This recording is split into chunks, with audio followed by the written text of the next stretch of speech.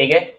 और आज का जो टॉपिक है हमारा, लेबलिंग हम जब करते हैं सर्वेइंग के अंदर तो हम कौन कौन से लेबलिंग इंस्ट्रूमेंट का यूज करते हैं। ठीक है, तो labelling instrument used in surveying, surveying के अंदर हम कौन कौन से लेबलिंग इंस्ट्रूमेंट का यूज करते हैं।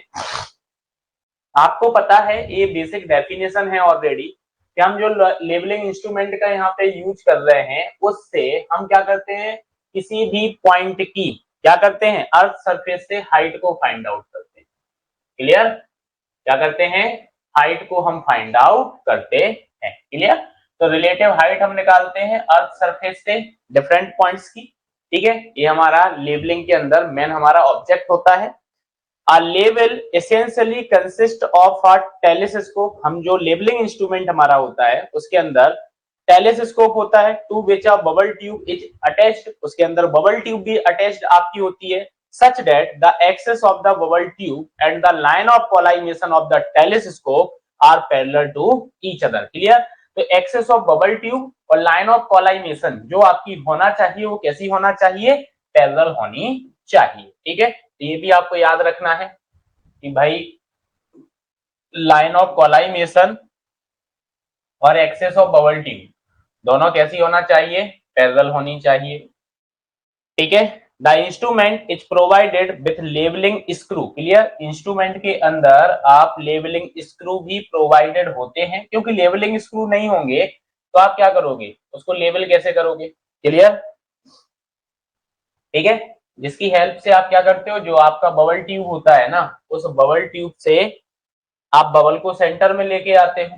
क्लियर, बबल ट्यूब को क्या करते हो, बबल ट्यूब को आप सेंटर में लेके आते हो। ये एक जनरल जो आपका इंस्ट्रूमेंट होता है उसका मैंने ब्रीफ डिस्कशन आपको दिया है कि भाई जो हमारा लेबलिंग इंस्ट्रूमेंट होगा उसके अंदर टेलीस्कोप होगा और टेलीस्कोप के साथ आपका बबल ट्यूब भी अटैच्ड होगा। जो टेलीस्कोप की एक्सेस होगी, मतलब लाइन ऑफ कॉलाइमेशन होगी, जो एक्सेस ऑफ बबल ट्यूब आपकी होगी, दोनों पैरेलल होनी चाहिए। ठीक है, लेबलिंग स्क्रू आपके होने चाहिए, उससे आप बबल को सेंटर में लाओगे तभी तो आपका जो इंस्ट्रूमेंट है वो सेटअप होगा। ठीक है, चलो, तो अब अपन बात करते हैं कि कितने टाइप के लेबलिंग इंस्ट्रूमेंट होते हैं लेबलिंग के लिए। ठीक है, तो मेनली अगर देखा जाए तो 4 टाइप के आपके लेबलिंग इंस्ट्रूमेंट होते हैं। कितने टाइप के होते हैं, 4 टाइप के। सबसे पहली अगर मैं बात करूं तो आपका डंपी लेवल होता है। क्लियर, सबसे पहला अगर मैं बात करूं तो क्या होता है, आपका डंपी लेवल आपका होता है। ठीक है, दूसरा अगर मैं बात करूं तो दूसरा आपका क्या होता है, वे लेवल होता है। ठीक है, दूसरा आपका क्या होता है, दूसरा आपका वे लेवल, इसी को आप बाई लेवल भी बोलते हो। ठीक है, इसी को क्या बोलते हो आप,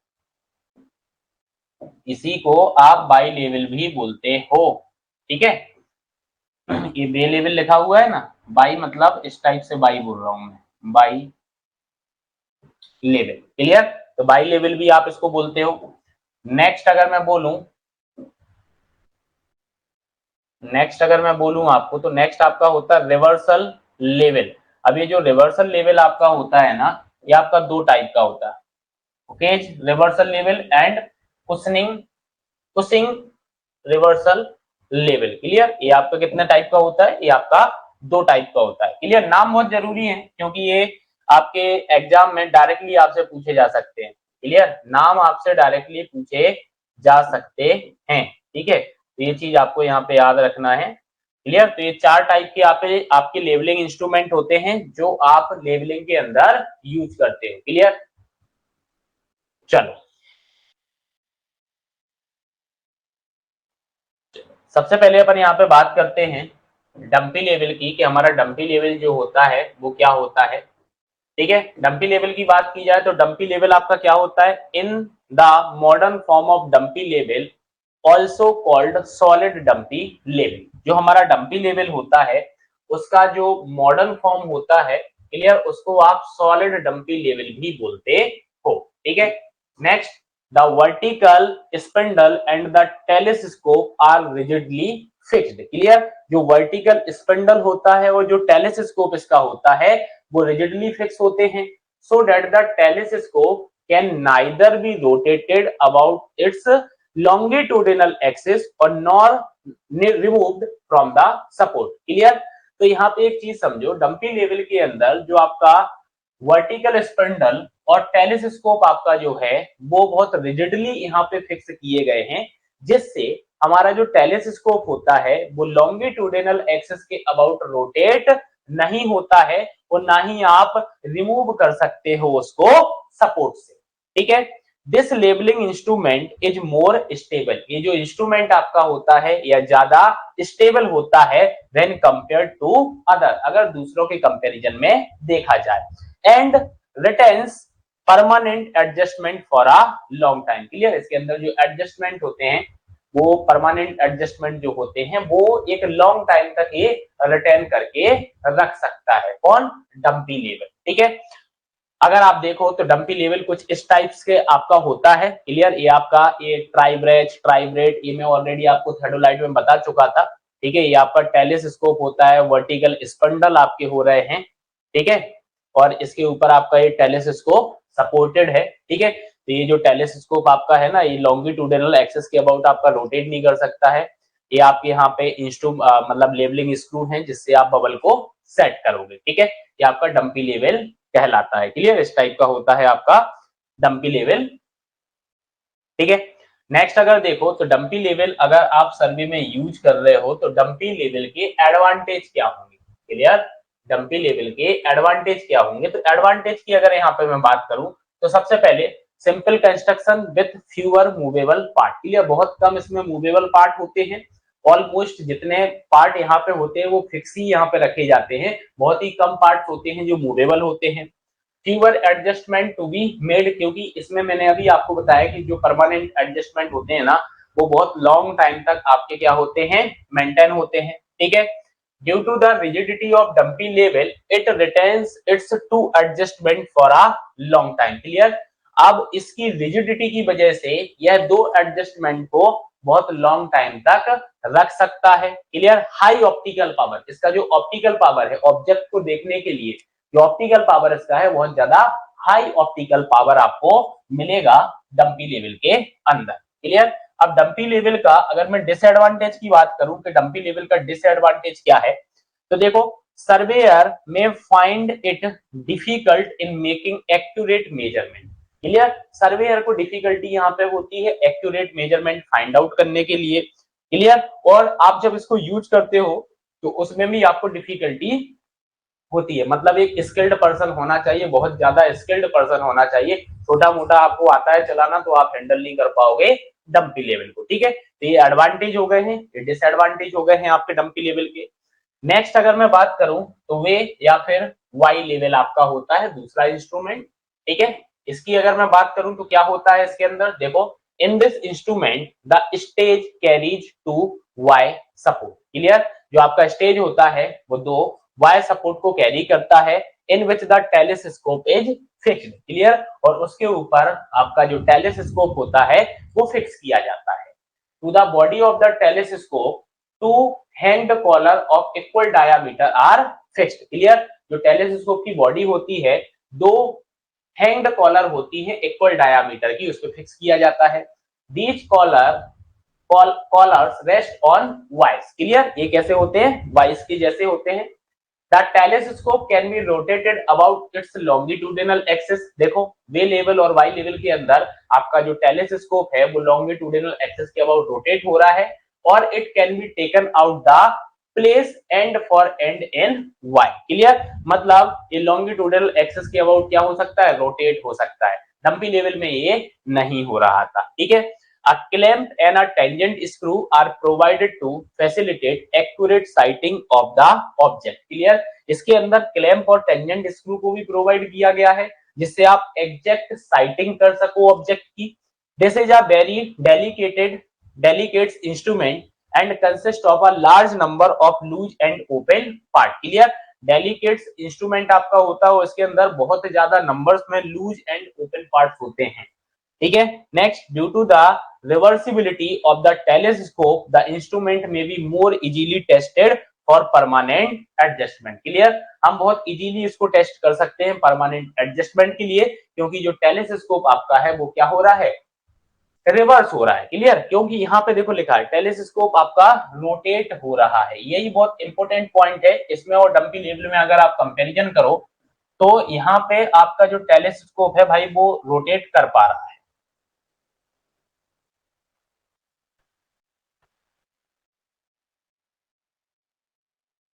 टेलीस्कोप क्या कर पा रहा है? रोटेट कर पा रहा है।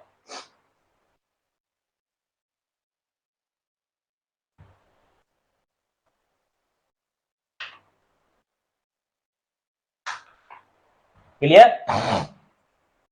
नेक्स्ट अगर अपन देखें तो यहाँ पे देखो, आप ये डायग्राम दिख रहा है आपको, ठीक है? ये देखो, ये बाई है ना, इक्वल डायामीटर की आपके हैं, देखो बाई के जैसा है। टेलीस्कोप को यहाँ पे फिक्स किया गया है। एक क्लैंप और टेंजेंट स्क्रू भी आपके यहाँ पे दिए गए हैं, दिए गए, देखो एक क्लैंप टेंजेंट स्क्रू आपके दिए गए। क्लियर? तो ये आपका वे और वाई लेवल आपका होता है। अब अगर डंपी लेवल और वे लेवल को आप कंपेयर करो तो कंपैरिजन क्या निकलेगा? आपने अगर दोनों के डिफरेंस अच्छे से देखे तो आप बता सकते हो। देखो, the dumpy level is better suited for field work than the wye level. As dumpy level आपको बेटर बताया कि फील्ड पे आप बेटर तरीके से इससे वर्क कर सकते हो। ऐसा क्यों? Wye level is not as compact as dumpy level. इसलिए डंपी लेवल के कंपैरिजन में यह कॉम्पैक्ट नहीं होता है। The dumpy level is more reliable due to its solid and rigid construction. मैंने आपको बताया कि वे लेवल या वाई लेवल के अंदर लूज पार्ट्स आपके बहुत ज्यादा होते हैं। The advantage of a wye level are that the same may be tested for the permanent adjustment rapidly and the adjustment can be made indoor। Clear? मतलब बस इसका एक एडवांटेज यही है कि जो परमानेंट एडजस्टमेंट होते हैं वो आप बहुत जल्दी रैपिडली आप इसमें कर सकते हो। क्लियर? और फायदा आपको यहाँ का कुछ भी नहीं मिलने वाला है इसका, ठीक है? चलो नेक्स्ट आपका रिवर्सल लेवल होता है, और सबसे पहले अपन कोकेस की बात करते हैं। ये क्या कहलाता है? देखो, this levelling instrument combines the good feature of both the dumpy level and the wye level. Clear? दोनों के जो अच्छे फीचर्स है ना उनको कंबाइंड करके ये आपका बनाया गया है। While loosening the screw, the telescope can be rotated about the longitudinal axis। ये बहुत अच्छा पॉइंट था आपका वाई लेवल का था, तो ये वाला ले लिया। जैसे आपने स्क्रू को लूज किया, आप टेलीस्कोप को क्या कर सकते हो? लॉन्गिट्यूडनल एक्सिस के अबाउट रोटेट कर सकते हो। Clear? And can also be withdrawn from the socket and placed and for and. Clear? आप सॉकेट से निकाल के एंड फ्रॉम एंड आप इसको प्लेस्ड कर सकते हो। ठीक है? ये इस टाइप का आपका होता है कोकेस रिवर्सल लेवल। ठीक है? ये 3D आप इमेज देख रहे हो। क्लियर? इस टाइप का आपका होता है। नेक्स्ट अगर मैं बात करूं तो नेक्स्ट आपका होता है कोसिंग लेवल। अब ये क्या होता है? नाम याद रखना है, इतना बहुत ज्यादा थ्योरी आपको नहीं आने वाली, बस की पॉइंट याद रखना है आपको कि डंपी लेवल और वे लेवल में क्या डिफरेंस था, इसमें रिवर्सल में क्या डिफरेंस था। Clear? Cushing level is in that type of levelling instrument in which the telescope is rigidly fixed in the collar as in a dumpy level. Clear? जैसा कि डंपी लेवल के अंदर आपका फिक्स कर दिया जाता है, ऐसी कॉलर पे आपका ये रिजिडली फिक्स होता है। The two end of the telescope barrel have equal socket। Clear? इसके जो एंड होता है ना टेलीस्कोप के, इक्वल बैरल ऑफ सॉकेट यहाँ पे लगे हुए होते हैं ऑब्जेक्टिव और आई पीस के ऊपर। Clear? Socket which can either receive the objective और the eye piece and diaphragm. Clear? Reversal of the line of collimation may be established bye. कैसे करोगे? ये जो इक्वल सॉकेट है ना इनको इंटरचेंज करके आप कर सकते हो। ठीक है? आप यही सोच रहे होगे सर फिक्स कर दिया है तो अब तो हम इसको रिवर्सल कर ही नहीं सकते, तो फिर इसको रिवर्सल क्यों बोला गया है? तो रिवर्सल आप कैसे कर पा रहे हो? जो ये बैरल टेलीस्कोप बैरल में आपने इक्वल सॉकेट लगाए हुए इनको आप चेंज करके। ठीक है? तो reversal of the line of collimation आप कैसे करोगी? May be established by interchanging the objective and the eye piece. Clear? ये लास्ट वाली जो लाइन आपकी है ये आपको यहाँ पर याद रखनी है। Clear? I piece can be rotated in its fitting. ठीक है? फिटिंग पे आप आई पीस को रोटेट कर सकते हो। क्लियर? ये आपके यहाँ पे है। ठीक है? ये देखो, ये सॉकेट आपका यहाँ पे जो सॉकेट लगा हुआ है और यहाँ पे जो सॉकेट लगा हुआ है, इन्हीं को आपको क्या कर देना है? इस टेलीस्कोप बैरल में इंटरचेंज आपको कर देना है। ठीक है? ये आपका कोसिंग लेवल होता है। ठीक है? नेक्स्ट आपका आता है टिल्टिंग लेवल। नेक्स्ट आपका क्या आता है? नेक्स्ट आता है आपका टिल्टिंग लेवल। टिल्टिंग लेवल क्या होता है? In the above four type of labeling instrument, the line of collimation is at right angle to the vertical axis. इसके ऊपर जो आपने चार इंस्ट्रूमेंट पढ़े हैं उसके अंदर जो लाइन ऑफ कॉलाइमेशन आपकी होती है at the right angle to the vertical axis के राइट एंगल होती है। लेकिन if the instrument is in the permanent adjustment, यदि इंस्ट्रूमेंट में अपन देखें तो ये परमानेंट एडजस्टमेंट आपका हो जाता है। Clear? Therefore, when the bubble is center, the line of collimation is made horizontal and the vertical axis made truly vertical. अगर बबल आपका सेंटर में आता है तो हॉरिजॉन्टल लाइन, जो लाइन ऑफ कॉलाइमेशन होता है वो हॉरिजॉन्टल हो जाती है, वर्टिकल एक्सिस ट्रूली वर्टिकल हो जाती है। ये ऊपर के चार इंस्ट्रूमेंट की बात की जाए। लेकिन इन द टिल्टिंग लेवल के अंदर होता क्या है कि the telescope along with its bubble tube, जो टेलेस्कोप होता है along the bubble tube can be levelled by a micrometer screw. Clear? मतलब टिल्टिंग लेवल के अंदर जो टेलेस्कोप होता है वो अलोंग द बबल ट्यूब आपका लेवल्ड होता है किसके द्वारा? माइक्रोमीटर स्क्रू के द्वारा।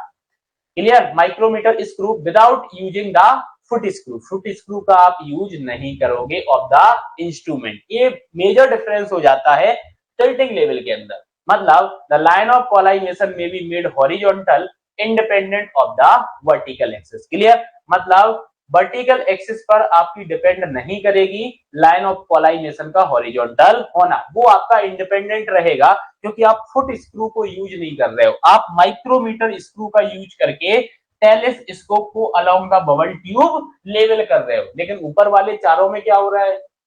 आप लेवलिंग स्क्रू का यूज कर रहे हो, बबल को सेंटर में ला रहे हो, उससे लाइन ऑफ कॉलाइमेशन जो होता है वो ट्रूली हॉरिजॉन्टल हो जाता है, वर्टिकल एक्सिस ट्रूली वर्टिकल हो जाता है। लेकिन टिल्टिंग लेवल के अंदर आपकी ये चीजें चेंज हैं। क्लियर? ये आपको जो लास्ट के पॉइंट है आपको याद रखना है कि टिल्टिंग लेवल के अंदर आपका क्या चेंजेस आ रहा है या फिर क्या डिफरेंस है आपका टिल्टिंग लेवल में और बाकी आपने जो चार लेवलिंग इंस्ट्रूमेंट यहाँ पर पढ़े हैं उनमें। क्लियर? अब बताओ जल्दी से, क्लियर है यहां तक? हाँ,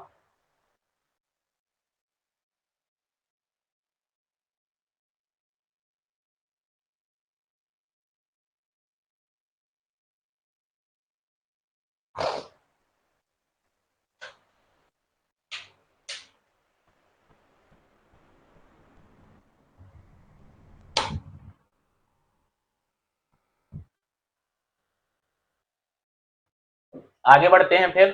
ठीक है, ये आपका होता है टिल्टिंग लेवल। ठीक है, ये होता है आपका टिल्टिंग लेवल। ये फुट स्क्रू का यूज नहीं किया जाता है आपका यहाँ पर। ठीक है, इसको सेट करने के लिए माइक्रोमीटर स्क्रू का आपका यूज किया जाता है। ये आपका टिल्टिंग लेवल है। ठीक है, चलो अब जो कल अपन ने पढ़ा था बैक साइड, फोर साइड, ये सारी चीजें पढ़ी थी ना, तो रिड्यूस लेवल निकाल रहे थे, एलिवेशन निकाल रहे थे अपन, किसी भी पॉइंट का एलिवेशन निकाल रहे थे, उसी को आपने क्या बोला था? रिड्यूस लेवल बोला था। तो इस रिड्यूस लेवल को कैलकुलेट करने की कौन कौन सी मेथड्स होती हैं, तो अपन देखते हैं method to calculate RL. RL मतलब हो गया आपका क्या? Reduce level. ठीक है, अब देखो आप यहाँ पे रिड्यूस लेवल को आप दो मेथड के थ्रू क्या कर सकते हो? दो मेथड के थ्रू आप कैलकुलेट कर सकते हो।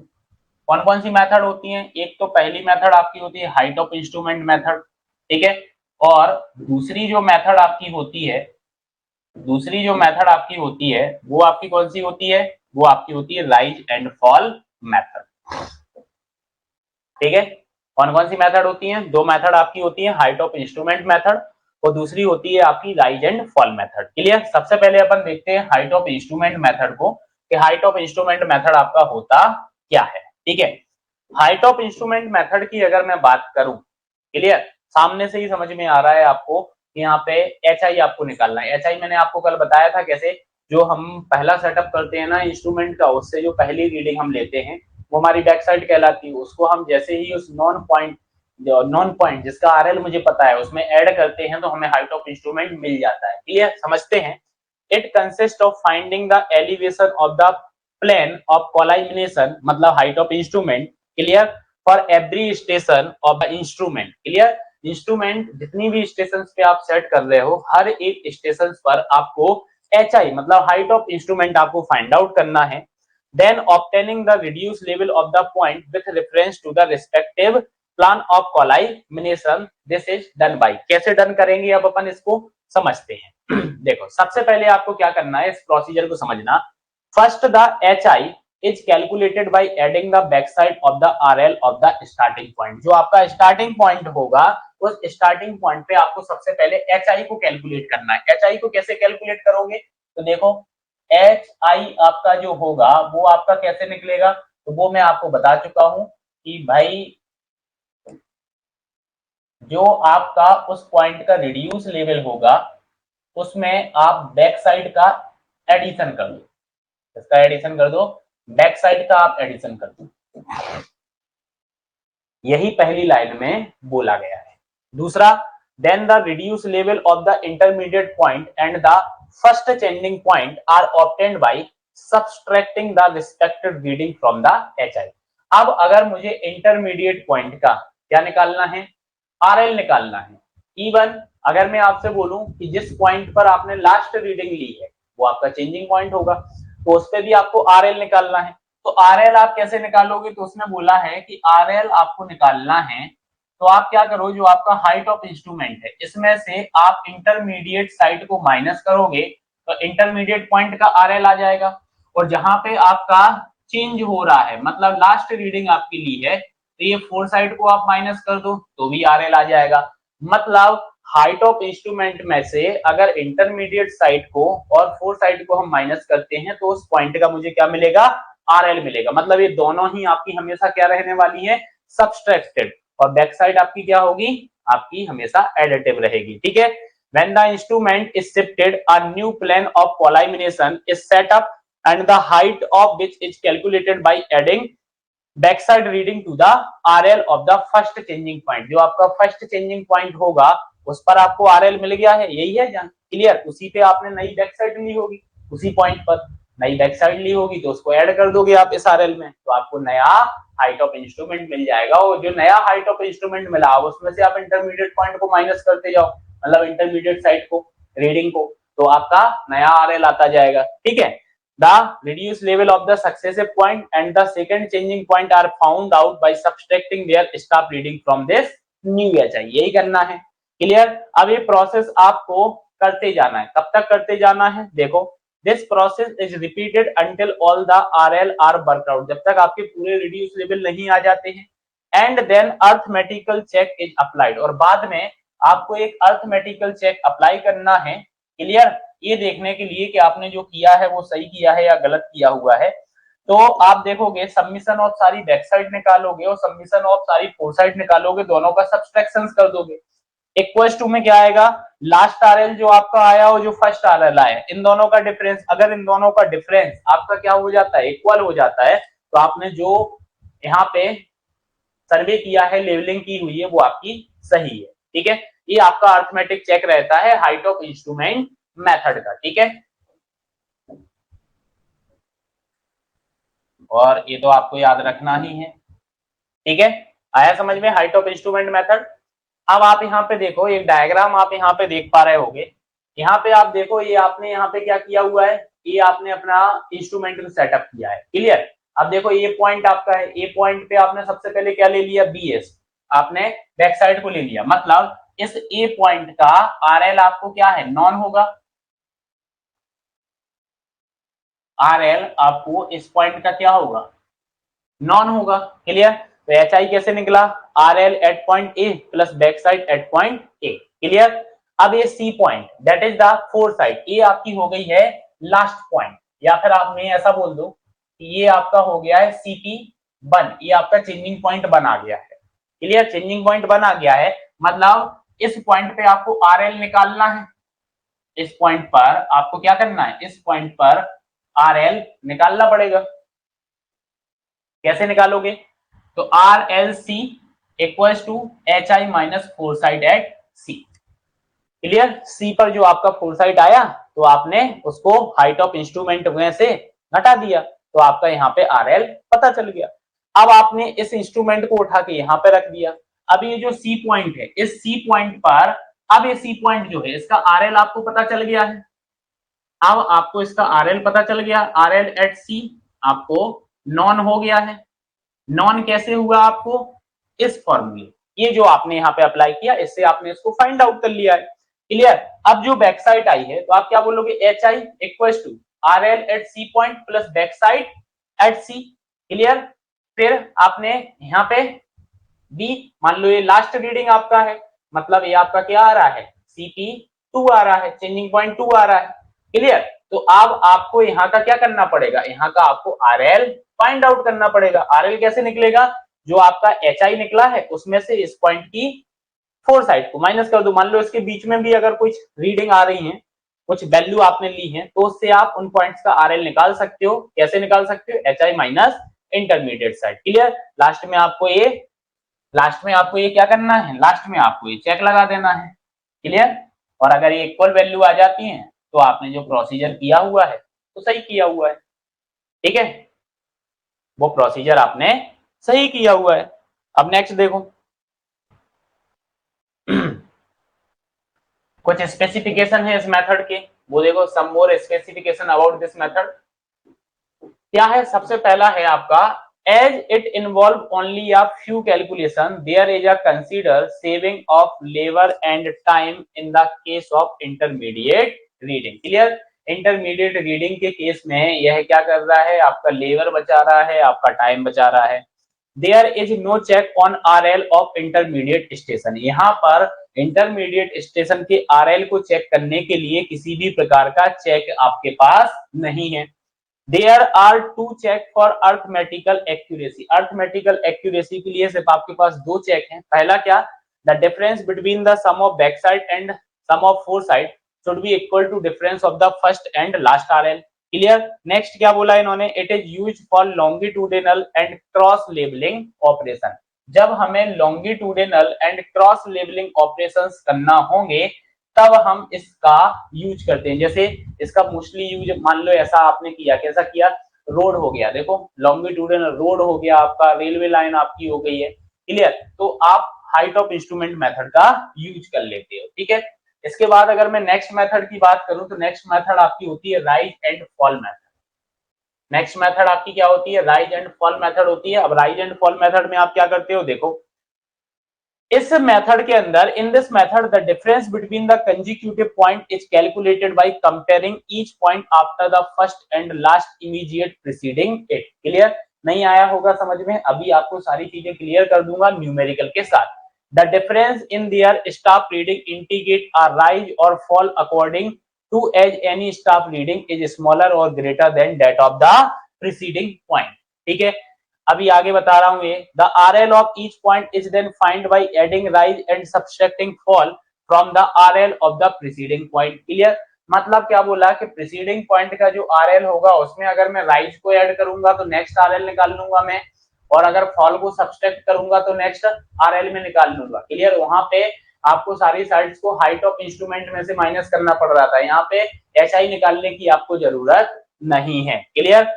कैसे निकालोगे, सबसे पहले if B S minus F S. Clear. आपको क्या करना है, जो रीडिंग आपकी आ रही है ना उन रीडिंग को आपको आपस में माइनस करना है। जैसे पहली रीडिंग आपकी बैक साइड आई और last reading four side I, तो बैक साइड में से अगर फोर साइड को आप माइनस करते हो, अगर वो वैल्यू पॉजिटिव आती है तो वो आपका राइज कहलाता है। क्लियर। वो आपका क्या कहलाता है, वो आपका राइज कहलाता है। ठीक है। वो आपका क्या कहलाएगा, वो आपका राइज कहलाएगा। और अगर यह वैल्यू निगेटिव आती है तो वो आपका फॉल कहलाएगा। क्लियर। अब अगर मैं आपसे बोलूं कि मुझे आरएल निकालना है तो आरएल कैसे निकालोगे, आरएल ऑफ प्रीवियस पॉइंट का जो भी आरएल है, अगर मैं उसके अंदर राइज और फॉल एडिशन करता हूं, राइज और फॉल का साइन आपको ले लेना है। क्लियर। अगर फॉल हो रहा है तो माइनस लोगे और अगर राइज हो रहा है तो पॉजिटिव आप ले लोगे। Clear.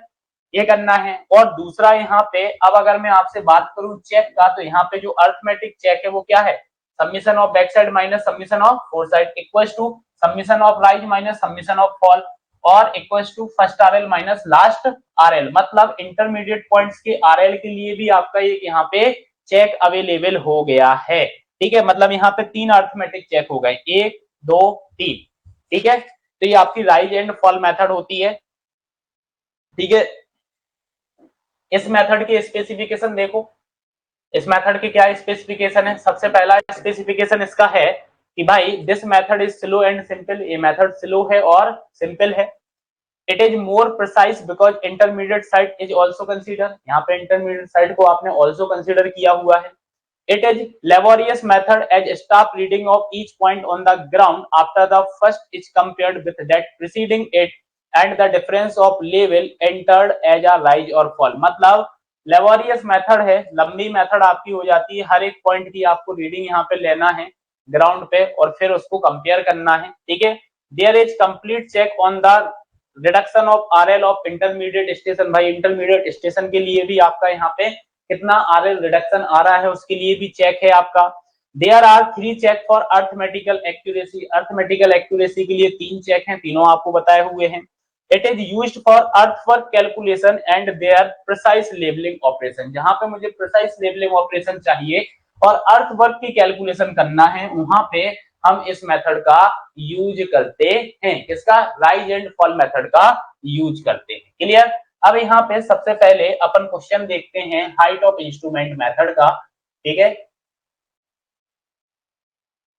Height of instrument method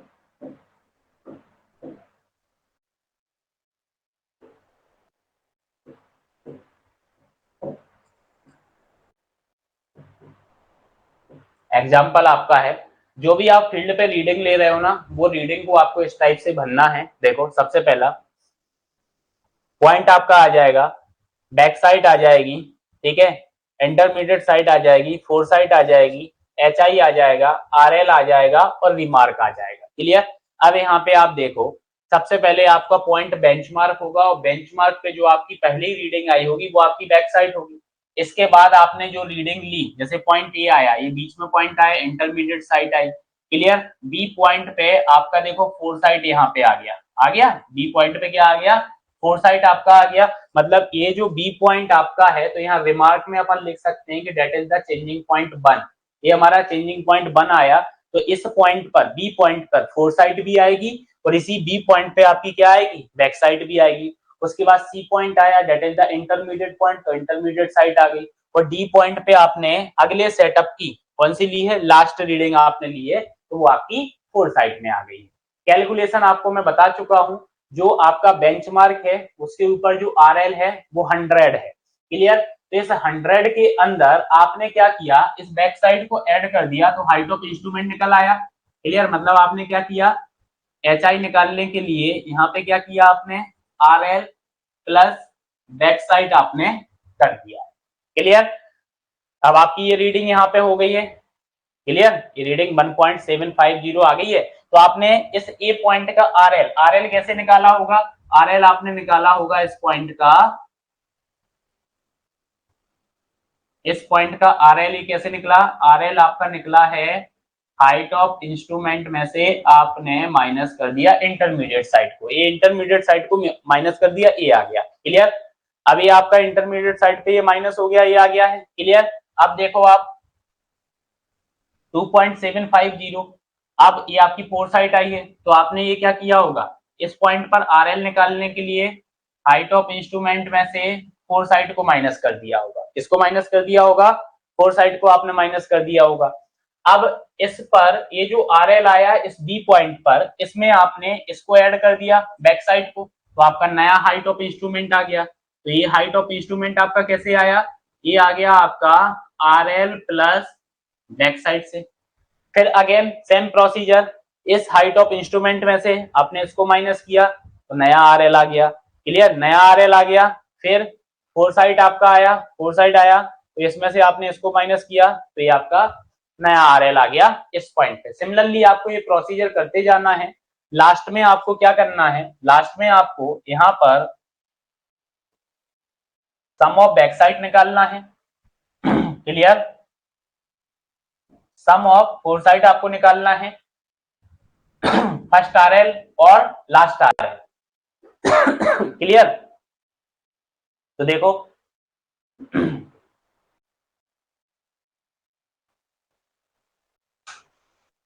जो कैलकुलेशन मैंने आपको ये टेबल में बताई है ना, वो सेम कैलकुलेशन यहाँ पे निकाली है। देखो reduce level of H I at B M आपने ये निकाल दिया, ठीक है। Reduce level of point A पे माइनस करके ये निकाला, पॉइंट बी पे ये निकाला। फिर सेकेंड सेट जो आया पॉइंट बी पे आपका चेंज हो गया था, सेकेंड सेट आया तो एच आई नया आया आपका। फिर आपका रिड्यूस लेवल आ गया सी पर, फिर रिड्यूस लेवल आ गया डी पर। ये पूरी प्रोसीजर होने के बाद sum of back side minus sum of fore side difference निकाल दिया, last RL minus first RL हमने कर दिया। देखो तो दोनों का डिफरेंस जो आया इक्वल आया माइनस में, मतलब आपने जो प्रोसीजर की है, आप जो करके आए हो रीडिंग्स वगैरह सब कुछ आपका एक्यूरेट हुआ है, ठीक है। अब अपन बात करते हैं राइज एंड फॉल मेथड, इसकी बात करते हैं राइज एंड फॉल मेथड।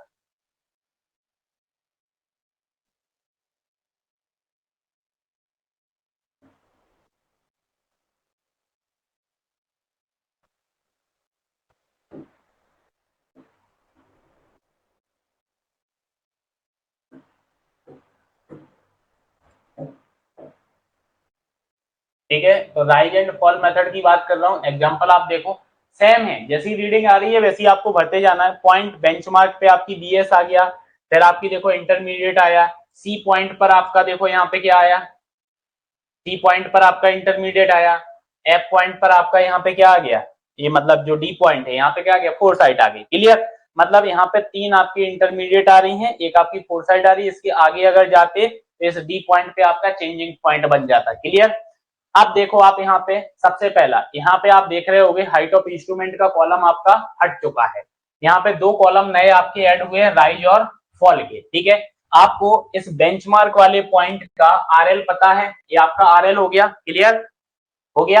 अब आप क्या करोगे, आप देखना यहाँ पे सबसे पहले आप इन दोनों का डिफरेंस देखोगे 0.75 माइनस 1.25, वैल्यू आपकी किस में आने वाली है, माइनस में आने वाली है। माइनस में आएगी तो ये आपका देखो फॉल में आपने इसमें रख दिया है कि यहाँ पे क्या आ रहा है, आपका फॉल आ रहा है। फिर आपने क्या किया, इन दोनों का डिफरेंस देखा। अच्छा याद रखना, इन दोनों का डिफरेंस आया तो सेकंड वाले के सामने लिखोगे, इस फर्स्ट वाले के सामने मत लिखना। इन दोनों का आपने डिफरेंस देखा तो आप 1.25 माइनस 2.75, तो ये माइनस में आया तो ये देखो फॉल में आ गया। फिर इन दोनों का डिफरेंस देखो, ये रीडिंग बड़ी है प्लस है, ये माइनस में आ रही है, मतलब 2.75 माइनस 1.50, तो ये आपका 1.25 यहाँ पे आ गया। यहाँ पे लिखे दे रहा हूं मैं, यहाँ पे जो 0.50 आया ये कैसे आया, ये आया आपका, आपने किया होगा यहाँ पे 0.75 माइनस 1.25, ठीक है। वैल्यू आ गई आपकी ये 1.50 कैसे आई, ये आई आपकी 1.25 माइनस 2.75 से, तो ये वैल्यू आपकी आ गई। ये वैल्यू कैसे आई, ये वैल्यू आई 2.75 माइनस 1.50, तो आपकी ये वैल्यू आ गई है। क्लियर, अब नेक्स्ट में क्या हुआ होगा, 1.50 माइनस 1.75, तो माइनस में आई, माइनस में आई तो ये वैल्यू आ गई आपकी फॉल में, ये वैल्यू किस में आ गई आपकी फॉल में आ गई। क्लियर, ये वैल्यू आपकी फॉल में आ गई। अब देखो सिंपल सा है, अगर आपका फॉल हुआ है तो इस आरएल में से माइनस कर दो तो आरएल आ गया। अगर आपका फॉल हुआ है तो आपने फिर इसको ये माइनस कर दिया। अगर आपका प्लस हुआ है, क्लियर, इसमें से आपने ये माइनस कर दिया, ये आ गया आपका, ठीक है। फिर अगर प्लस हुआ है तो 98 में आपने इसको ऐड कर दिया तो ये नया आरएल आ गया। फिर आपका फॉल हुआ है तो आपने इसको माइनस कर दिया तो ये आपका आरएल आ गया है। क्लियर, अब आप क्या निकालोगे, सबमिशन ऑफ बैक साइड निकालोगे चेक के लिए, सबमिशन ऑफ फोर साइड निकालोगे, सबमिशन ऑफ राइज आप निकालोगे, और क्या निकालोगे, सबमिशन ऑफ फॉल आप निकालोगे, ठीक है। सबमिशन ऑफ फॉल आप निकालोगे, निकल आया submission of fall. First RL और लास्ट आरएल आपको पता है, आपने क्या किया, देखो ये सारी कैलकुलेशन वही लिखी हुई है जो अभी मैंने आपको वहां पे करके बताई है। ये देखो ये माइनस में वैल्यू आ रही, प्लस में आ रही, तो वो रीडिंग आपने उसके अंदर भर दी है। क्लियर, जैसे मेंस वगैरह का पेपर होता है तो ये आपको लिखना पड़ता है, ऐसा नहीं कि आपने टेबल के अंदर ये सब कर दिया, आपको फिर ये इस टाइप से डिस्क्रिप्शन देना पड़ता है, ठीक है। फिर लास्ट में आपने अरिथमेटिक चेक लगाया, sum of back side minus sum of fore side, sum of rise minus sum of fall, last RL minus first RL, ये तीनों रीडिंग देखो आपकी बराबर आ रही है, -1 -1 -1, मतलब सही है। क्लियर, तो ये आपकी राइज एंड फॉल मेथड होती है। क्लियर? ये आपकी कौन सी होती है? ये आपकी राइज एंड फॉल मेथड होती है। नेक्स्ट अगर मैं बात करूं तो अब यहाँ पे आपका कर्वेचर एंड रिफ्रैक्शन आता है कि लेवलिंग में कर्वेचर एंड रिफ्रैक्शन क्या होता है। ठीक है, अब कर्वेचर और रिफ्रैक्शन की अगर मैं बात करूं तो देखो यहाँ पे क्या बोला गया है। यहाँ पे फॉर लॉन्ग साइड, जब हम लॉन्ग साइड की बात करते हैं और एक्यूरेट लेवलिंग वर्क की बात करते हैं, तो the effect of curvature of the earth and refraction of the line of side. Clear? अपने को लगता है कि ये लाइन ऑफ साइड सीधी जा रही है, हल्की सी वो वहां पे जाके क्या हो जाती है, टिल्ट हो जाती है ना, रिफ्रैक्शन की वजह से होता है ऐसा। तो refraction of the line of sight shall have to be taken into consideration. Clear? जब हम लॉन्ग साइटिंग कर रहे हो, एक्यूरेट लेवलिंग वर्क की कर रहे हो, तो हमें इफेक्ट ऑफ कर्वेचर अर्थ का और refraction of the line of sight को कंसीडर यहां पर करना पड़ता है। Due to curvature the point appear to be the lower than the actually. Clear? Actual में जो पॉइंट होता है उससे नीचे आपको वो पॉइंट दिखाई देता है कर्वेचर की वजह से, while due to refraction the appear to be higher than the actually. Clear? Actual से ज्यादा आपको हाई दिखाई देता है। तो the effect of curvature being greater than that of refraction. Clear? इससे जो आपका कर्वेचर का इफेक्ट होता है वो ज्यादा होता है एज कंपेयर टू रिफ्रैक्शन, और इन दोनों का कंपाउंड इफेक्ट भी कॉज देखना पड़ता है कि रिफ्रैक्शन और कर्वेचर का कंपाउंड इफेक्ट क्या आ रहा है। तो the point to be appear to be lower than the actually. अगर कंबाइंडली देखा जाए तो जो पॉइंट आपको यहाँ पे अपीयर हो रहा है वो एक्चुअल के कंपैरिजन में आपको लोअर दिखाई देगा। ठीक है, क्या देगा? लोअर दिखाई देगा। तो सबसे पहले अपन कर्वेचर की बात करते हैं कि भाई इफेक्ट ऑफ कर्वेचर या कर्वेचर करेक्शन। तो देखो, earth has a curved face. Earth का जो फेस है वो कर्व्ड है, which is assumed to be a level surface, जिसको आपने लेवल सरफेस माना है। But the line of sight as furnished by the levelling instrument is horizontal. But levelling instrument के द्वारा जो लाइन ऑफ साइट मिल रही है वो आपको हॉरिजॉन्टल मिल रही है, and not the level line. Clear? And not the level line. Level line मैंने आपको कल की क्लास में बताया था। Therefore, all point on the line of sight are not equidistant from the surface of Earth, and consequently, the point read on the staff are not strictly at the same level as horizontal here of the diagram. Clear? मतलब जो आप उस line पर, horizontal line पर जो भी आप point ले रहे हो, वो पॉइंट आपके एक्चुअल में डायफ्राम जो होता है उसका जो हॉरिजॉन्टल हेयर होता है उस पर नहीं आ रहे हैं। ठीक है, और दूसरा क्या बोल रहा है ये कि जो पॉइंट आ रहे हैं वो इक्यू डिस्टेंस पे भी नहीं आ रहे हैं अर्थ सरफेस पे। मैंने कल आपको बताया था कि सेंटर से अगर देखोगे तो लेवल लाइन पे जितने भी आपके लेवल सरफेस पे पॉइंट आएंगे वो सेंटर से इक्यू डिस्टेंस पे आएंगे, तो वो आपको इक्यू डिस्टेंस पर नहीं मिलेंगे इस कर्वेचर की वजह से। ठीक है, तो फिर क्या करोगे?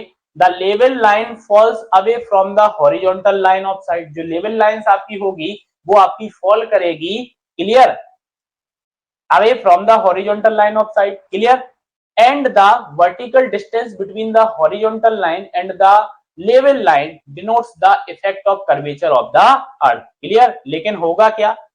देखो, level line falls away from the horizontal line of sight. जो लेवल लाइन होगी वो फॉल करेगी away from the horizontal line of sight, horizontal line of sight से दूर जाएगी। एंड वर्टिकल डिस्टेंस जो आएगी आपकी इन दोनों लाइंस के बीच में वो इफेक्ट ऑफ कर्वेचर को डिनोट करेगी। किसको डिनोट करेगी?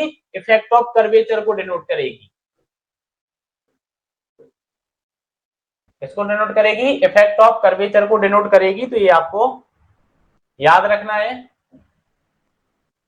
ठीक है, नेक्स्ट अब एक आगे फिगर है, उस फिगर की यहाँ पे कुछ बातें लिखी हुई हैं। जैसे in figure A is the instrument station and P the point where the staff is held. देखो, फिगर ए दिख रहा है आपको, एक ए पॉइंट है जहां पर आपने ए इंस्ट्रूमेंट को सेटअप किया है। क्लियर? ये यहां पर आपका क्या है? ये आपका इंस्ट्रूमेंट है, पॉइंट ए पर। और ये जो पॉइंट पी है यहां पर आपने ये क्या लगा के रखा हुआ है? स्टाफ आपका हेल्ड है। क्लियर? क्या है आपका? स्टाफ यहां पर हेल्ड है। क्लियर? अब on looking through the telescope B sight along AB, हम टेलीस्कोप से देख रहे हैं तो एक साइट आप यहाँ पे देख रहे हो ए बी, ये ए बी साइट आपको दिख रही है, ठीक है। फिर देखो A B, the horizontal line of sight, A B आपका क्या हो गया, हॉरिजॉन्टल लाइन ऑफ साइट हो गया, and take the staff reading P B, और स्टाफ रीडिंग आपने कौन सी ले ली, ए पी बी आपने ले ली।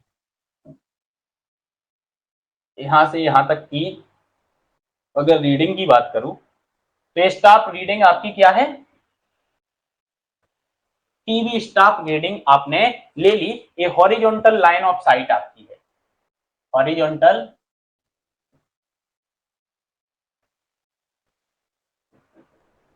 लाइन ऑफ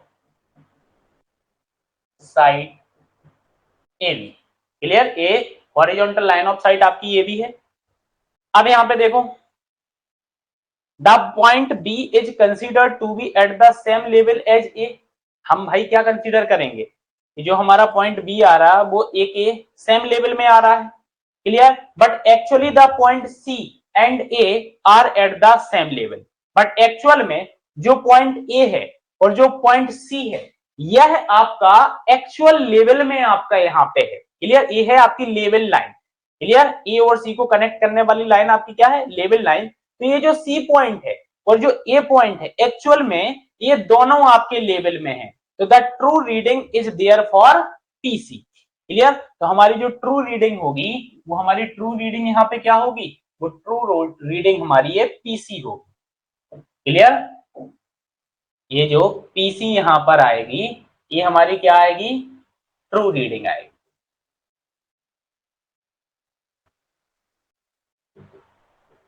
ये क्या आएगी, हमारी ट्रू रीडिंग आएगी, क्लियर। ये आपका अर्थ को लेके यहाँ पे बनाया कि जैसे ये ए पॉइंट है, यहाँ से आपने ए बी लिया है डी, ठीक है, ये आपकी हॉरिजॉन्टल लाइन हो गई है, ये आपकी लेवल लाइन है। तो ये जो ए पॉइंट है और जो ये सी पॉइंट है ये सेम उस पे आ रहा है, ये आपकी आर और आर क्या हो गई है, ये रेडियस को रिप्रेजेंट कर रहे हैं, ठीक है। तो आया होगा, मेरे हिसाब से ये समझ में आ गया होगा। तो आप यहाँ पे देखो डी आपका क्या है, the length of the side of the distance from the instrument to the staff station in kilometre, clear.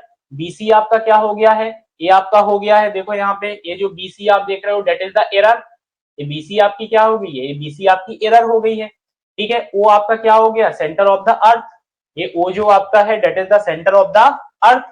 Are आपका क्या है, रेडियस ऑफ द अर्थ है। तो बाई जियोमेट्री हम यहाँ पे जियोमेट्री अगर अप्लाई करें तो देखो बीसी इंटू बीई,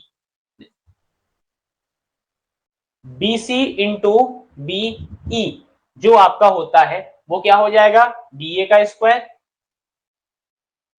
ठीक है। बाई जियोमेट्री अगर बीसी इंटू बीई करते हैं तो क्या हो जाएगा, बीए का स्क्वायर हो जाएगा, क्लियर। तो फिर हम और क्या देखो यहाँ पे बीसी, तो बीसी क्या है आपका, BC equal to C equal to क्या आ जाएगा, बीसी स्क्वायर, क्लियर। तो फिर देखो बीसी स्क्वायर प्लस हम क्या लिख सकते हैं, BC into C equal to BA का स्क्वायर, इसके अंदर हमने ये बी की वैल्यू को पुट कर दिया, BC into C that is the BA square. इसको पुट करने के बाद देखो आप यहाँ पे क्या निकालोगे, BC into C equal to BA का स्क्वायर आपका हो गया, तो बीसी इक्वल टू क्या आएगा, बीए का square upon C equal to क्या आ जाएगा आपका, D square upon 2r, clear. यहाँ पे दिख रहा है ना, यहाँ पे क्या आ रहा है आपका डी, यहाँ पे ए सी लिखा हुआ है और यह है आपका बी ए का स्क्वायर, ये आपका हो जाएगा बी ए का square divide by C equals to D का square equals divide by 2r A B C, और ये भी आपका क्या है बी सी, ठीक है। तो taking diameter of the earth as taking diameter of the earth as 12,742 kilometre, clear. We get हमने डी स्क्वायर डिवाइड बाई यहाँ पे 2r डायामीटर रख दिया 12,742 किलोमीटर, क्लियर। मीटर में कन्वर्ट किया तो 1000 का कर दिया मल्टीप्लाई, तो कितना निकल के आया है 0.0785 डी स्क्वायर मीटर। मतलब ये बीसी तो आपका क्या था, यही तो आपका था वो एरर, इफेक्ट ऑफ कर्वेचर जो आ रहा था, तो इतना कंसीडर करना है आपको। आपको ये सब याद नहीं रखना है। एग्जाम पॉइंट ऑफ व्यू से अगर मैं बात करूं तो आपको बस ये पॉइंट याद रखना है, ये जो लास्ट में आपका निकला है कंक्लूजन, ठीक है, ये जो लास्ट का कंक्लूजन निकला है ये याद रखना है, ये आपका कर्वेचर का इफेक्ट है। ये आपका कौन सा इफेक्ट है? यह आपके कर्वेचर का इफेक्ट है, ये आपको याद रखना है। कर्वेचर का इफेक्ट कितना? 0.0785 डी स्क्वायर। कितना? 0.0785 डी स्क्वायर। ठीक है, ये मीटर में आपका यहां पर आ गया है। Next, Hence the error in staff reading due to curvature of the earth कितना आया? 0.0785 d square meter, where d is the distance from the level to the staff in the kilometer। ये तो आप पढ़ चुके हो। The effect of curvature is to increase the staff reading। ये याद रखना, ये जो कर्वेचर का इफेक्ट होता है ना, वो आपके स्टाफ की रीडिंग को इंक्रीज कर देता है। क्या कर देता है? स्टाफ की रीडिंग को इंक्रीज कर देगा। तब आपको क्या करना है, तो जो एरर आपकी आएगी वो पॉजिटिव आएगी, और करेक्शन आपको कैसा देना है? नेगेटिव देना है। मतलब कर्वेचर का करेक्शन जो रहेगा आपका वो नेगेटिव आपका हो जाएगा। क्लियर? तो फाइनली जो ट्रू स्टाफ रीडिंग आपकी आएगी, वो ट्रू स्टाफ रीडिंग आपकी क्या निकल के आएगी? वो आएगी ऑब्जर्व स्टाफ रीडिंग, उसमें से आपको ये माइनस कर देना जो आपका कर्वेचर का यहाँ पर आया हुआ है। क्लियर? तो 0.0785 डी स्क्वायर। क्लियर? अब नेक्स्ट आपका आता है कि रिफ्रैक्शन। क्लियर? नेक्स्ट आपका क्या आता है? नेक्स्ट आता है आपका रिफ्रैक्शन। तो रिफ्रैक्शन को समझो आप, रिफ्रैक्शन आपका क्या होता है? कर्वेचर आया आपको समझ में? कमेंट करें जल्दी से, कर्वेचर समझ में आया?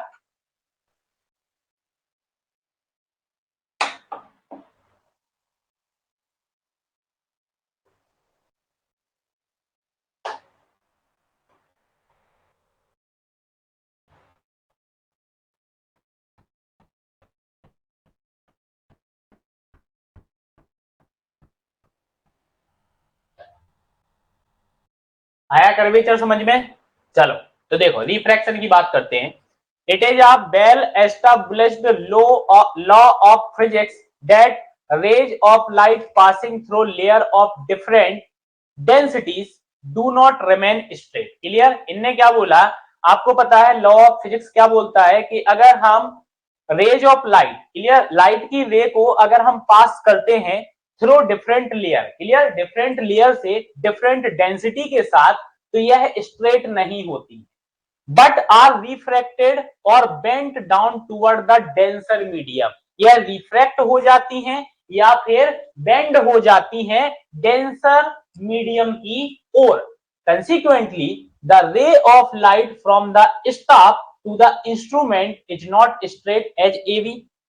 जो आप यहाँ पे देख रहे हो ये आपका इंस्ट्रूमेंट है, और ये आपने बी जो स्टाफ रीडिंग आपने यहाँ पे बी पे आई है, तो ये आपकी स्ट्रेट नहीं होगी, ये क्या हो जाएगी? ये भी आपकी कर्व्ड लेगा, बेंट हो जाएगा ना डेंसर मीडियम में, but it follow a curved path AD. ये क्या करेगी? एडी कर्व्ड पाथ को फॉलो करेगी। Clear? AD concave toward the earth. Clear? कैसा रहेगा? और ये कॉनकेव्ड रहेगा as the near the surface of the earth is denser than the upper layer of air। ठीक है, तो ये आपको समझ में आया? रिफ्रैक्शन मतलब क्या हो रहा है कि फिजिक्स का लॉ यही बोलता है कि जब हम लाइट की रेज को हम पास करते हैं डिफरेंट लेयर से, क्लियर, डिफरेंट डेंसिटी के साथ, तो वो स्ट्रेट नहीं रहती हैं, वो बेंट हो जाती हैं डेंसर मीडियम की ओर। तो ये स्टाफ रखा हुआ है, इंस्ट्रूमेंट है, आपने ये जो एबी लाइन है ये आपकी स्ट्रेट होनी चाहिए थी, बट एक्चुअल में ये बेंट हो रही है, और ये बन क्या रही है? एडी बन रही है। ठीक है, क्या बन रही है? एडी बन रही है। तो under the normal atmospheric condition arc AD may be taken as circular. Clear? हम आर्क एडी को कैसा कंसीडर कर लेंगे? सर्कुलर कंसीडर कर लेंगे। And of radius 7 times that the earth, और रेडियस हम कितनी लेंगे? 7 टाइम्स ऑफ अर्थ लेंगे। तो the effect of refraction is therefore 1/7 the of that of curvature. Curvature का कितना? 1/7, but is of opposite nature. लेकिन ये कैसा होगा? ये अपोजिट नेचर का होगा, मतलब यहाँ पे जो करेक्शन होगा रिफ्रैक्शन का वो हमेशा एडिटिव होगा। वो हमेशा कैसा जाएगा? वो हमेशा आपका एडिटिव जाएगा। ठीक है, वो हमेशा कैसा जाएगा? एडिटिव जाएगा।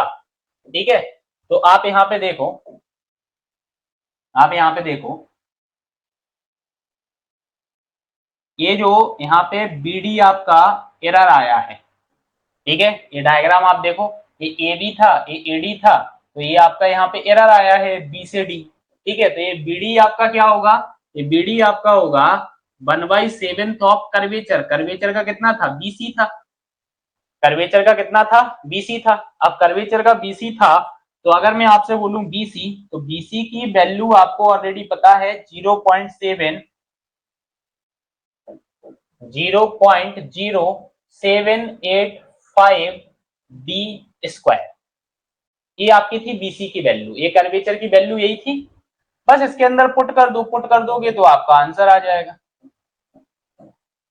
ठीक है, पुट कर दिया तो आपका जो यहाँ पे BD निकल के आया, ठीक है, इसके अंदर पुट करे देते हैं। जैसे अगर मैं बोलूं कि भाई BD, तो BD आपका हो जाएगा 1/7 इंटू 0.0785 डी स्क्वायर, तो आप इसको सॉल्व करोगे तो ये आएगा 0.0112 डी स्क्वायर मीटर, ये आपका रिफ्रैक्शन आ गया। लेकिन याद रखना रिफ्रैक्शन वाला हमेशा आपका एडिटिव रहने वाला है, कैसा रहने वाला है, हमेशा एडिटिव रहने वाला है, ये नेगेटिव नहीं रहेगा, ये कैसा रहेगा, एडिटिव आपका रहेगा। ये मैंने यहाँ पे मार्क कर दिया है कि आपका कैसा रहेगा, एडिटिव रहेगा, ठीक है। नेक्स्ट अपन देखते हैं यहाँ पे कंबाइंड, ठीक है, नेक्स्ट हमारा कंबाइंड करेक्शन होता है कर्वेचर का और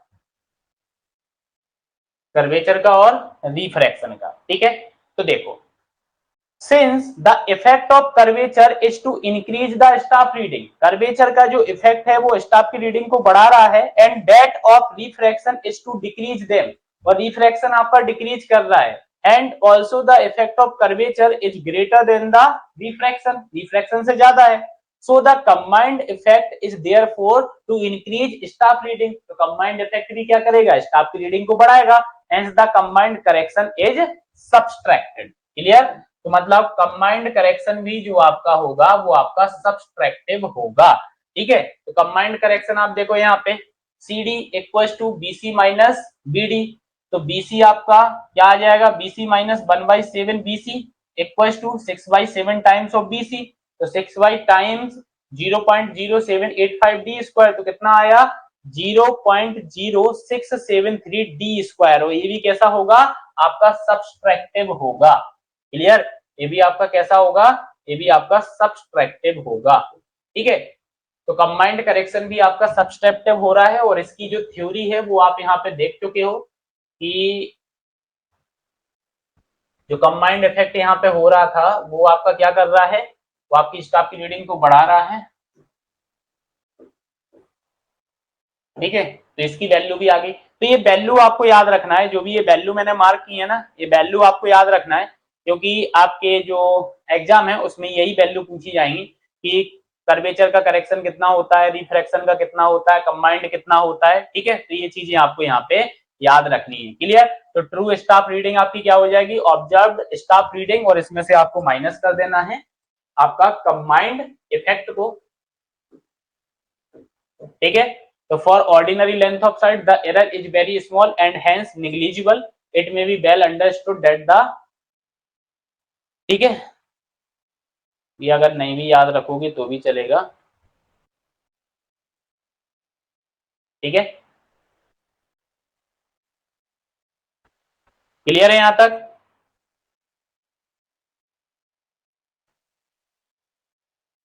ठीक है, the combined correction can be application to way, पहला by decreasing each staff reading by the amount of this, then finding the reduce level, पहले आप सारी रीडिंग्स को इतना डिक्रीज कर दो फिर आप रिड्यूस लेवल को फाइंड आउट करो, या फिर by first find the reduce level of the point in usual way and then increase them by the amount of इतना, क्लियर। या तो आप सबको इतना डिक्रीज करते जाओ, या फिर आप यूजुअल वे में सारे पॉइंट के RL निकाल लो और फिर इतने अमाउंट उसमें इंक्रीज कर दो। Error due to the curvature and refraction can be eliminated by equalising back side and foreside distance, foreside distance और बैक साइड डिस्टेंस को इक्वलाइजिंग करके आप एलिमिनेट कर सकते हो, and also by the method of reciprocal levelling which is explain in the, पिछले article में अपन एक्सप्लेन कर चुके हैं, क्लियर, जो पढ़ा हुआ था अपन ने, ठीक है, तो उससे आप कर सकते हो, ठीक है। तो यह है आपका, यहाँ पे हमने इफेक्ट देखे हैं कि कौन कौन से इफेक्ट यहाँ पे आपके होते हैं लेबलिंग के अंदर। ठीक है, अब अगर मैं बात करूं तो इसके अंदर आपका एक तो टॉपिक ये बचता है कि जो ये लेबलिंग इंस्ट्रूमेंट है इसके अंदर आप कौन कौन से एडजस्टमेंट करते हो। तो टेम्पररी एडजस्टमेंट इसके अंदर होते हैं और सेम एडजस्टमेंट होते हैं जो अपन पढ़ चुके हैं, जैसे लेबलिंग करना है आपको। ठीक है, तो वो एक बचा हुआ है। दूसरा एक एरर का टॉपिक बचा हुआ है और एक टॉपिक आपका सर्वेइंग का बचा है, टैकोमीटर। ठीक है, ठीक है, तो इसको हम नेक्स्ट क्लास में कवर अप करेंगे। ठीक है, इन टॉपिक्स को हम नेक्स्ट क्लास में कवर अप करेंगे, मतलब एक लेक्चर और आपका बचा हुआ है और आपका ये सब्जेक्ट कंप्लीट हो जाएगा। ठीक है, उसके बाद आपको क्वेश्चन प्रैक्टिस बताऊंगा, एक लेक्चर में आपको पूरा क्वेश्चन प्रैक्टिस कराऊंगा, मतलब कुछ आपके जो इंपोर्टेंट क्वेश्चन है वो कराऊंगा। ठीक है, बाकी आप ऑब्जेक्टिव लगाना चालू कर दो क्योंकि एक सब्जेक्ट ऑलमोस्ट आपका ये कंप्लीट हो चुका है। ठीक है, एक लेक्चर और लगेगा और उसमें आपका एक सब्जेक्ट कंप्लीट हो जाएगा। ठीक है, तो मिलते हैं नेक्स्ट क्लास में। Thank you, class over.